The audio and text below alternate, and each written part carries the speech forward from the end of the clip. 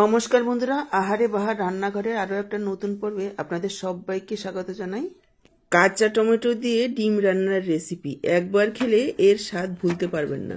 দুপুরে গরম ভাতের সাথে এই কাঁচা টমেটো দিয়ে যদি ডিম রান্না করা হয় আর বেশি কিছুর প্রয়োজন পড়বে না। এটা এতটাই টেস্টি হয় খেতে।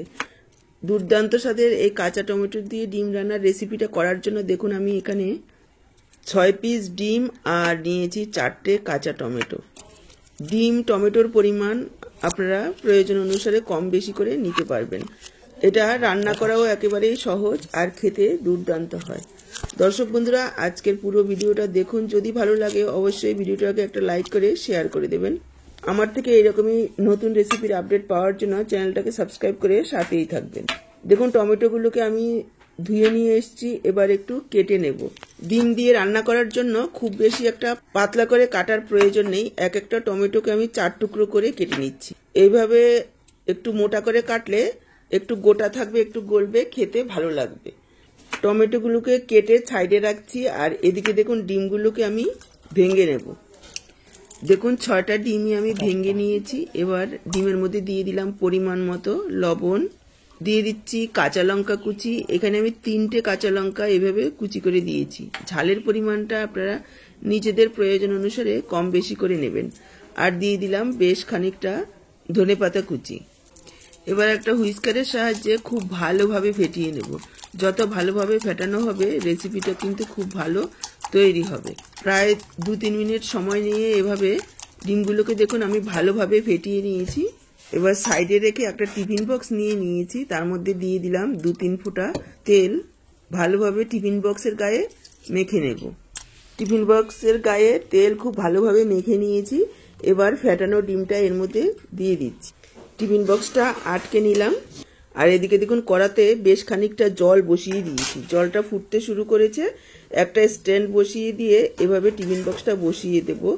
আপনাদের কাছে যদি স্ট্যান্ড না থাকে নিচে ঘরের ছোট যে কোনো বাটি অথবা প্লেট বসিয়ে দিয়ে তারপর এইভাবে টিফিন বক্সটাকে বসিয়ে দিতে হবে, যাতে জলটা টিফিন বক্সের ঢাকনা পর্যন্ত না ওঠে।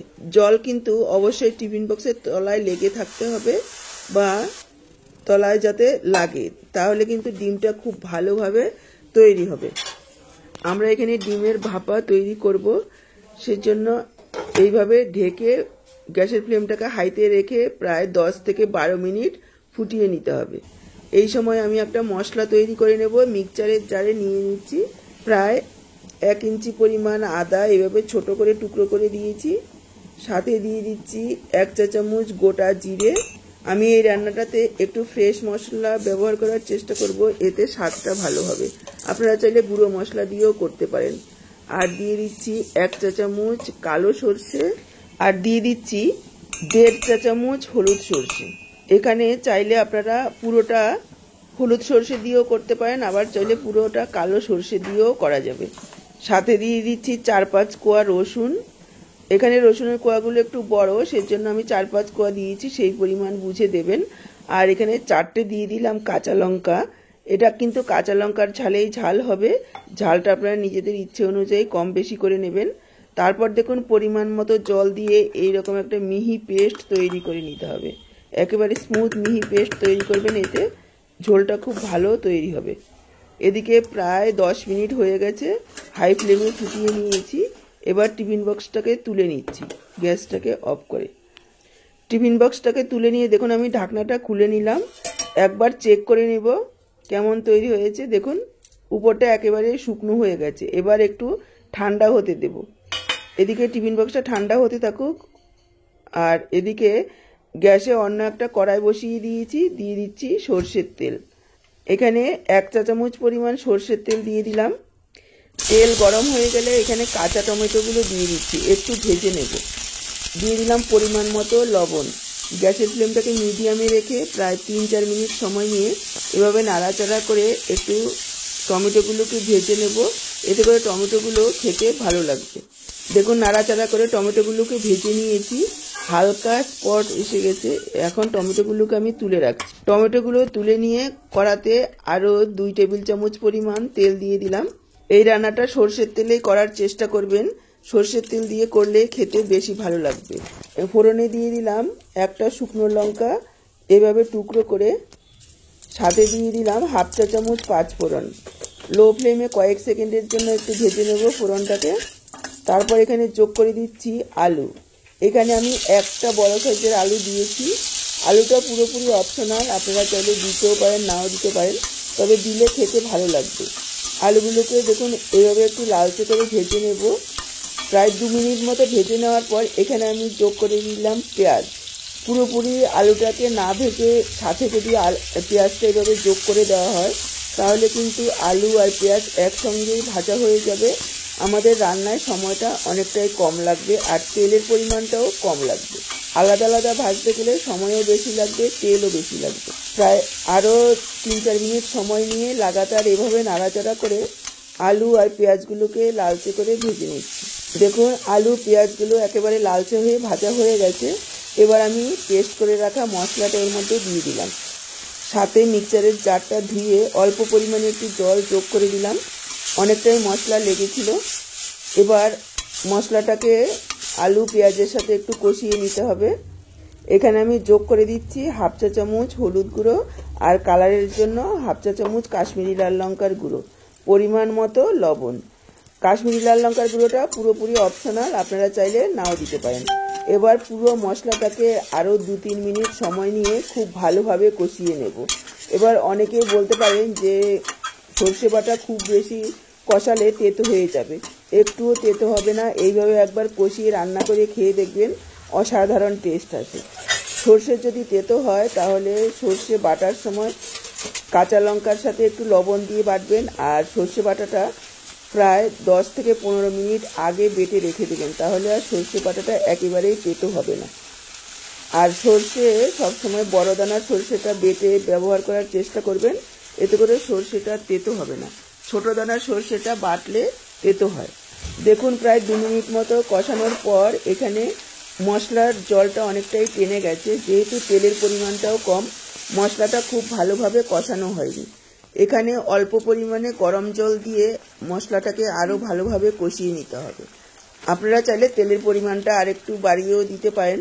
আমি এখানে একটু গরম জল দিয়ে দিলাম আর আরও 2 মিনিট মতন এইভাবে নাড়াচাড়া করে মশলাটাকে কষিয়ে নেব। একটু ঢাকা দিয়ে দিচ্ছি। দেখুন ঢাকা দিয়ে প্রায় 2 মিনিট মতো মশলাটাকে কষিয়ে নিয়েছি। মশলাটা তেল ছাড়তে শুরু করেছে, যেহেতু অল্প তেল দেওয়া হয়েছে সেজন্য অল্পই তেল ছেড়েছে। এবার আমি যোগ করে দিলাম ভেজে রাখা কাঁচা টমেটো। টমেটোটাকেও একটু কষিয়ে নেব মশলার সাথে, আলুর সাথে। আলুগুলো মশলার সাথে কষাতে কষাতে প্রায় 50% সেদ্ধও হয়ে গেছে। এই সময় টমেটোটা দিয়ে আরও কিছুক্ষণ কষাবো। টমেটোটা দেওয়ার পর আরও 2 মিনিট মতো দেখুন কষিয়ে নিয়েছি। এবার আমি যোগ করে দেব জল।